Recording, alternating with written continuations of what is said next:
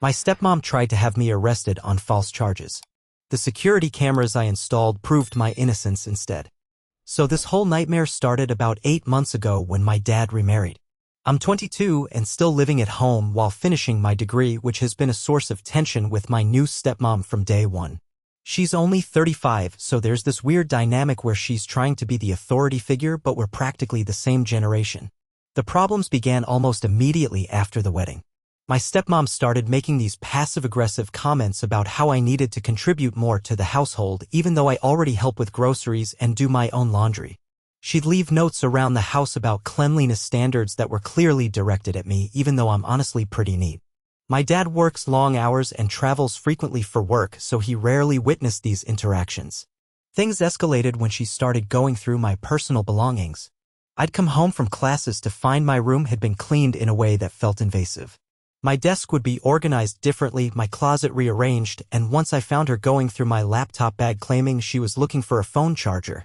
When I brought this up with my dad, she played innocent and said she was just trying to help keep the house tidy. The breaking point came about 3 months into living together. I'd been saving money from my part-time campus job to buy a decent laptop for my graphic design courses. After months of careful budgeting, I finally had enough to purchase a really nice machine that would handle the software I needed. I was so excited about this purchase because it represented months of sacrifice and careful financial planning. The laptop arrived on a Tuesday while I was at school. When I got home, my stepmom mentioned that a package had been delivered and she'd signed for it. I thanked her and went to my room to set up my new computer. The excitement I felt opening that box was incredible. This laptop was going to change everything for my studies and potentially my future career prospects. For about 2 weeks, everything seemed normal. I was using the laptop daily for schoolwork, learning new software, and actually making real progress on projects that had been impossible on my old, sluggish machine. My grades started improving because I could actually complete assignments without technical limitations holding me back. Then one morning, I woke up and the laptop was gone from my desk where I always kept it. I searched my entire room thinking maybe I'd moved it somewhere unusual, but it was nowhere to be found. My heart was racing as I realized this expensive piece of equipment had simply vanished overnight. I immediately went to my dad and stepmom to ask if they knew anything about it. My stepmom got this strange look on her face and said she had no idea what I was talking about. When I described the laptop and explained how much it cost, she seemed genuinely surprised and suggested maybe I should check if I'd taken it somewhere and forgotten. The gaslighting was subtle but effective. She kept asking questions like whether I was sure I'd brought it home the last time I used it or if maybe a friend had borrowed it. These suggestions planted seeds of doubt in my mind, even though I knew exactly where I'd left the laptop the night before. After 2 days of searching and growing panic about losing such an expensive item, my stepmom approached me with what seemed like helpfulness. She said she'd been thinking about my missing laptop and wondered if we should file a police report in case it had been stolen. She offered to help me gather all the purchase information and serial numbers. Looking back, I should have been suspicious of this sudden helpfulness, but I was desperate and grateful for any support. She helped me compile all the documentation, even suggesting we check pawn shops in the area in case someone had tried to sell it quickly. During this process, she asked detailed questions about when I'd last used it, where I typically kept it, and whether I told anyone about the purchase.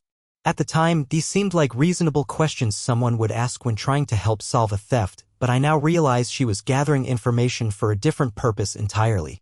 About a week after the laptop disappeared, I was sitting in my morning class when my phone started buzzing with urgent texts from my dad. He was telling me to come home immediately and that the police were at our house. My stomach dropped as I imagined all the terrible things that could have happened.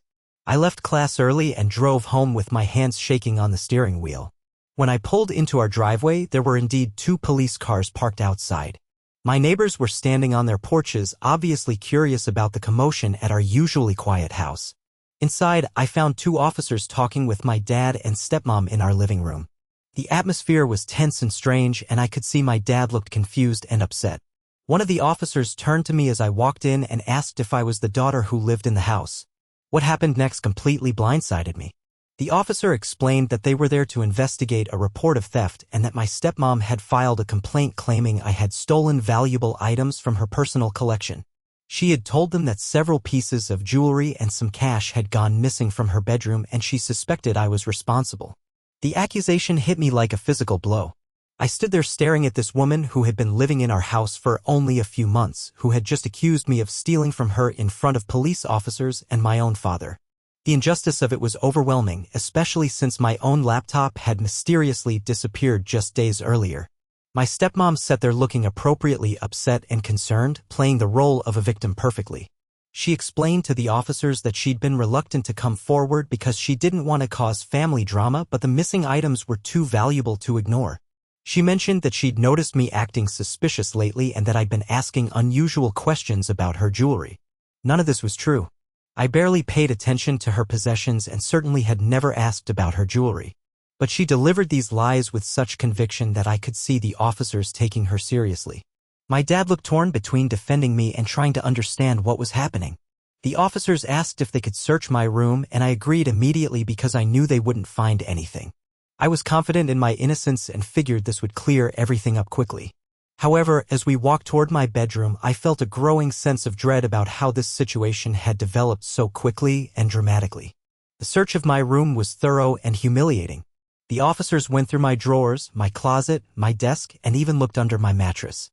They were professional but firm, and I stood there watching strangers rifle through my personal belongings while my stepmom observed from the doorway with an expression I couldn't quite read. They didn't find any stolen jewelry, of course, because I hadn't taken anything. But then one of the officers found something that made my heart stop. Hidden behind some books on my shelf was an envelope containing several $100s in cash. I had never seen this money before and had no idea how it got there. The officer held up the envelope and asked if this was my money. I stammered that I'd never seen it before, which obviously sounded suspicious given the circumstances. My stepmom gasped and said that looked like the cash that had been taken from her dresser drawer. She even described the envelope as matching one she kept her emergency money in. The setup was so perfect that I realized this had been planned well in advance. She had planted evidence in my room and then called the police to find it. The timing, the location of the hidden money, even her detailed description of the envelope, everything was designed to make me look guilty. My dad was staring at me with this horrible expression of disappointment and confusion. I could see him struggling to reconcile the daughter he'd raised with the evidence that seemed to point to my guilt. The officers were asking more questions about the money, and I kept insisting I'd never seen it before, which only made me sound more desperate and dishonest. The situation was spiraling completely out of control. I was facing potential criminal charges for theft, my relationship with my father was crumbling before my eyes, and this woman who had entered our lives just months earlier was successfully destroying everything I cared about. The worst part was how helpless I felt to prove my innocence when the evidence had been so carefully manufactured. Just when I thought things couldn't get worse, my stepmom mentioned to the officers that she was also concerned about some other suspicious behavior she'd observed. She brought up my missing laptop, suggesting that maybe I had sold it myself and was trying to cover up financial problems by stealing from family members. This was such a twisted version of events that I felt physically sick. The officers said they would need to take the cash as evidence and that I should expect to be contacted about potential charges. They gave me information about my rights and suggested I might want to consider legal representation. As they prepared to leave, I felt like my entire life was collapsing around me. After the police left, my dad and I had the most difficult conversation we'd ever had. He didn't directly accuse me of theft, but I could see the doubt in his eyes. He asked me to be honest with him about whether I was having financial problems or if there was something I wasn't telling him. The fact that he even had to ask these questions broke my heart. I spent the next several days in a state of complete panic. I couldn't concentrate on my classes, I couldn't sleep, and I felt like everyone was looking at me suspiciously. The possibility of criminal charges was terrifying, but even worse was the destruction of trust in my family.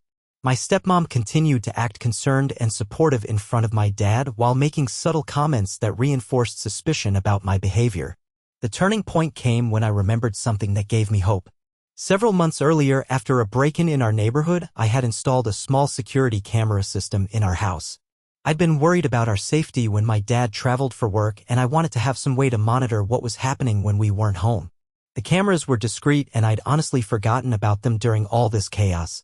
The system included cameras in common areas like the living room and hallway, but also one small camera in my bedroom that I'd installed to keep an eye on my expensive textbooks and electronics. I realized that if my stepmom had planted evidence in my room, there might be footage of her doing it.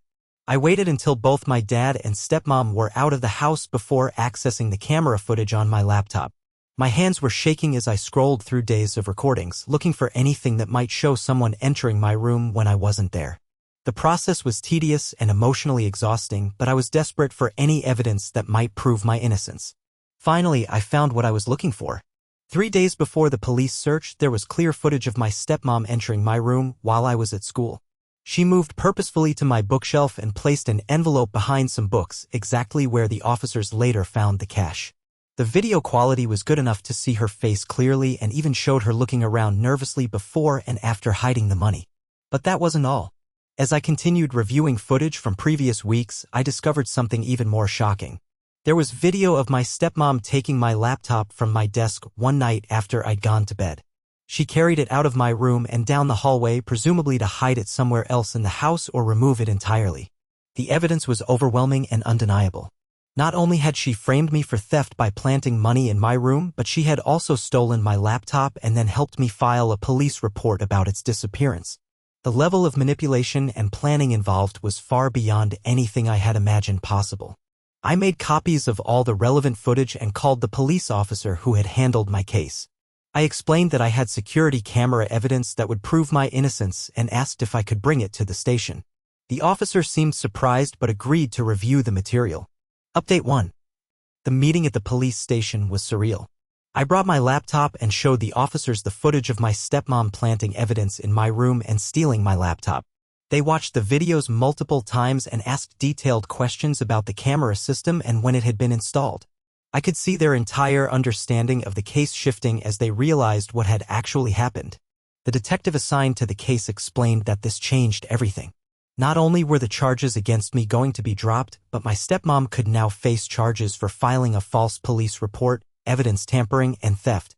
He asked if I wanted to press charges against her, which was a decision I hadn't expected to have to make. I asked for some time to think about it and to talk with my dad before deciding how to proceed. The officer understood and said I could contact them when I was ready. They returned the envelope of cash that had been taken as evidence, though touching it still made me feel sick knowing she had used it to try to destroy my life. Driving home from the police station, I felt a mixture of relief and dread. I was cleared of all suspicion, but now I had to confront my dad and stepmom with evidence of her elaborate deception. I had no idea how my dad would react or what this would mean for their marriage that had only just begun. I decided to wait until my dad got home from work to show him the footage. I wanted to have this conversation when we could sit down together without interruption. My stepmom was in the kitchen preparing dinner when I walked in, and she asked how my day had been with what seemed like genuine concern. The casual normalcy of her question, knowing what I now knew about her actions, was deeply unsettling. When my dad arrived home, I asked if we could all sit in the living room because I had something important to share. My stepmom looked curious but not particularly worried, which made me realize she had no idea about the security cameras. She had been so careful about her deception but had missed this crucial detail. I connected my laptop to our television and explained that I had installed security cameras months earlier for safety reasons. My dad looked interested and my stepmom's expression began to change as she realized what might be coming. I started with the footage of her entering my room and planting the envelope of money behind my books. The silence in the room as we watched the video was deafening. My dad's face went through a series of emotions: confusion, disbelief, and then anger as he understood what he was seeing. My stepmom tried to interrupt and offer explanations, but I asked her to wait until we'd seen everything. Next, I showed the footage of her taking my laptop from my room in the middle of the night. This was somehow even more damaging because it showed premeditation and the beginning of her plan to frame me. My dad watched his wife of only a few months systematically setting up his daughter for criminal charges, and I could see something breaking in his expression. My stepmom's denials became increasingly frantic and less coherent. She claimed the videos were edited or taken out of context, but the timestamps and clear footage made her protests obviously false.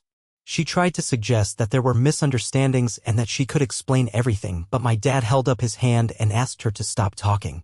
The conversation that followed was one of the most difficult of my life. My dad was devastated by the betrayal, not just against me but against him as well. He realized that the woman he had married was capable of elaborate deception and cruelty toward his daughter. The implications for their relationship were immediately clear to all of us.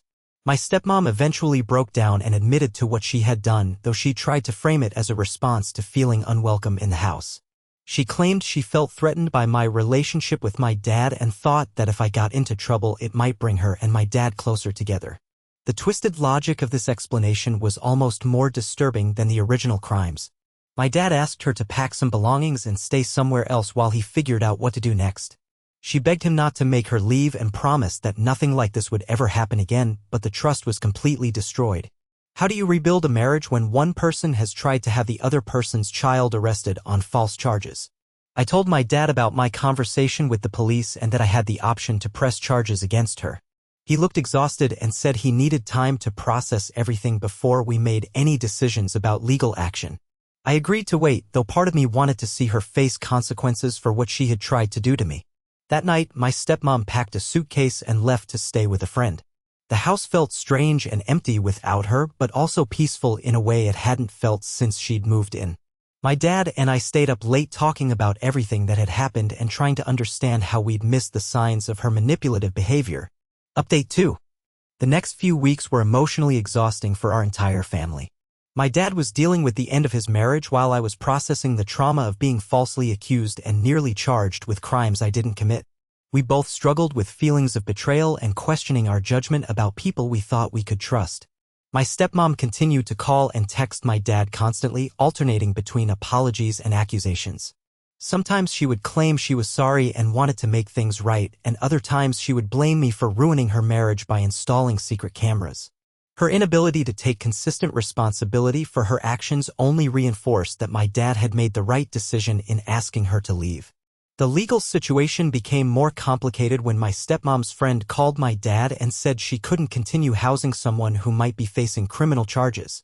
Apparently, my stepmom had told her a different version of events where she was the victim of a misunderstanding, but when the friend learned about the video evidence, she became uncomfortable with the situation. My dad offered to pay for my stepmom to stay in a hotel temporarily, which I thought was generous considering what she had done to our family. He explained that despite everything, he didn't want her to be homeless while dealing with the legal consequences of her actions. His compassion in this situation showed me the kind of person he truly was and why her betrayal had hurt him so deeply. I decided to press charges after consulting with a counselor at my school who helped me understand the broader implications of what had happened. She explained that filing false police reports and planting evidence weren't just personal attacks against me, but crimes that undermined the justice system and could have destroyed my future opportunities. I realized that letting her face legal consequences wasn't about revenge, but about accountability. The process of pressing charges was more involved than I expected. I had to give detailed statements about the timeline of events, provide copies of all the video evidence, and explain the impact her actions had on my life and mental health. The detective assured me that the evidence was strong and that the case would likely result in serious charges. During this time, I also discovered what had happened to my laptop. When police searched the hotel room where my stepmom was staying, they found it hidden in her luggage along with some of her jewelry that she had reported stolen. This revelation added theft charges to the false reporting and evidence tampering charges she was already facing. The recovery of my laptop was bittersweet. I was relieved to have it back, but it had been damaged during the time she had it hidden away. Some of my schoolwork was corrupted and I had to spend hours trying to recover files and projects that were important for my classes. The practical impact of her actions extended far beyond the emotional trauma she had caused. My dad filed for divorce, citing irreconcilable differences and loss of trust. The divorce proceedings were complicated by the criminal charges against my stepmom, but my dad was determined to end the marriage as quickly as possible. He told me that he felt foolish for not seeing the warning signs of her manipulative behavior and that he was committed to making sure our family recovered from this experience. The most surprising development came when my stepmom's ex-husband contacted my dad after hearing about the charges through mutual acquaintances.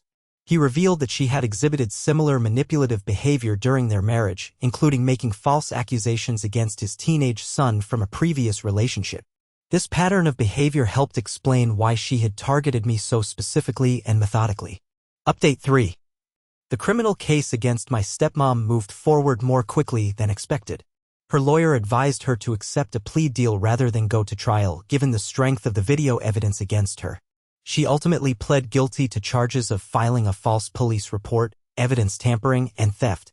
The judge sentenced her to 6 months in jail, 2 years of probation, and restitution for the cost of repairing my laptop. The day of her sentencing was emotionally complicated for me. Part of me felt vindicated that she was facing real consequences for her actions, but I also felt sad about how everything had unfolded. Her crimes had destroyed not just my sense of security, but also my dad's faith in his judgment about relationships and marriage. During the victim impact portion of the sentencing, I had the opportunity to speak about how her actions had affected my life. I talked about the fear and anxiety I had experienced when facing potential criminal charges, the damage to my relationship with my dad, and the way her behavior had made me question my own perceptions and memory. The judge listened carefully and said my statement had helped inform the sentencing decision. My stepmom also spoke at her sentencing, offering what seemed like a genuine apology for the first time since the whole ordeal began. She acknowledged that her actions were inexcusable and that she had allowed her insecurities and jealousy to drive her to terrible decisions. While I appreciated hearing her take responsibility, the apology felt too little, too late given the severity of what she had put our family through. The divorce was finalized around the same time as the criminal sentencing. My dad was relieved to have that chapter of his life officially closed, though he admitted it would take time for him to trust his judgment about relationships again. We both recognized that the experience had changed us and that we would need to work on rebuilding our sense of security and trust. One unexpected positive outcome was how much closer my dad and I became through this crisis. We spent more time talking and really listening to each other, and I think we both gained a deeper appreciation for the strength of our relationship. He told me how proud he was of how I had handled such a difficult situation with maturity and integrity. I also decided to expand the security camera system in our house and to be more generally cautious about protecting myself and my belongings. The experience taught me that people can be capable of shocking deception and that it's important to have evidence and documentation when dealing with serious accusations or conflicts. My grades actually improved during the semester following these events, partly because I was so relieved to have my laptop back and partly because the experience had given me a new perspective on what really mattered in my life.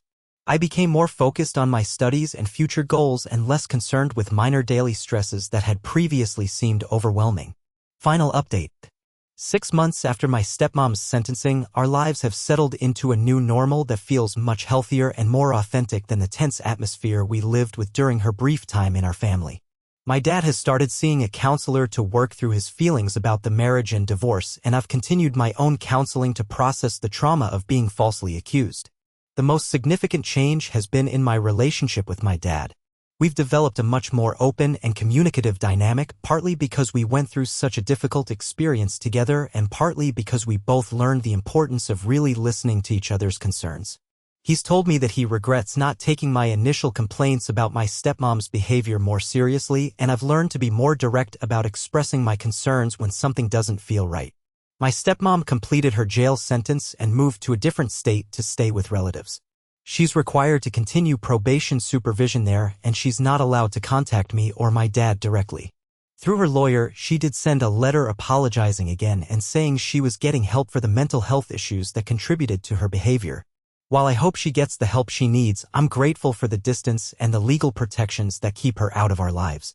I've become something of an advocate among my friends for the importance of home security systems, though I'm careful not to become paranoid or overly suspicious of people. The cameras that saved me from criminal charges were installed for completely different reasons, and I've learned that sometimes protection comes from unexpected places. My dad has started dating again very slowly and carefully. He's introduced me to a woman he's been seeing, and I can tell he's being much more cautious about evaluating character and compatibility. She seems genuinely kind and has never tried to compete with me for his attention or establish authority over me. It's a refreshing change from the tension and manipulation that characterized his previous relationship. The legal resolution of the case also had some unexpected benefits. The prosecutor told me that my case had highlighted problems with how false reporting cases are handled, and they were implementing new procedures to better investigate such accusations before proceeding with arrests. Knowing that my experience might help protect other people from similar false accusations gave me a sense of purpose in what had otherwise been a purely negative experience. I'm planning to graduate next semester with a degree in graphic design, and I've already lined up some freelance work that should help me transition to financial independence. The experience with my stepmom taught me the importance of being self-sufficient and not depending too heavily on others for my security and well-being. Looking back, I realized that while this was one of the most difficult periods of my life, it also taught me valuable lessons about resilience, the importance of evidence and documentation, and the strength that can come from facing adversity with integrity. I learned that I'm capable of handling much more stress and uncertainty than I previously thought possible. The house feels peaceful now in a way it never did when my stepmom lived here. My dad and I have established new routines and traditions that reflect our actual personalities and preferences rather than trying to accommodate someone who is actively working against our family harmony. Simple things like cooking dinner together or watching movies have become much more enjoyable without the underlying tension that used to permeate our daily interactions. I still check the security cameras occasionally, more out of habit than fear, and they've actually been useful for mundane things like figuring out when packages were delivered or whether I remembered to lock the door. The system that was installed for safety and ended up saving me from false criminal charges has become just a normal part of our household routine. The most important lesson I learned from this entire experience is to trust my instincts when something feels wrong, even if I can't immediately explain why. I knew from the beginning that my stepmom's behavior toward me was problematic, but I doubted myself because her actions were subtle and she was skilled at making me question my own perceptions. In the future, I'll be more confident in speaking up when someone's behavior makes me uncomfortable, regardless of their relationship to my family or their apparent authority. This experience also taught me about the importance of having people in your life who will believe and support you when you're facing serious accusations or challenges. My dad's initial doubt was painful, but his willingness to listen to evidence and change his perspective when presented with facts showed me the kind of person he truly is. Having that foundation of trust and support made it possible to get through the worst parts of this ordeal. Today, almost a year after my stepmom first moved into our house, I can honestly say that our family is stronger and healthier than it was before this crisis. We've learned to communicate better, to trust our instincts about people, and to value the authentic relationships we have with each other. While I wouldn't wish this experience on anyone, I'm grateful for the lessons it taught me and the closer relationship it ultimately created between my dad and me. The security cameras are still running, quietly documenting our peaceful daily routines and serving as a reminder that sometimes the tools we put in place for one purpose end up serving us in ways we never expected. They become a symbol of both protection and truth, two things I now value more highly than I ever did before this experience changed our lives.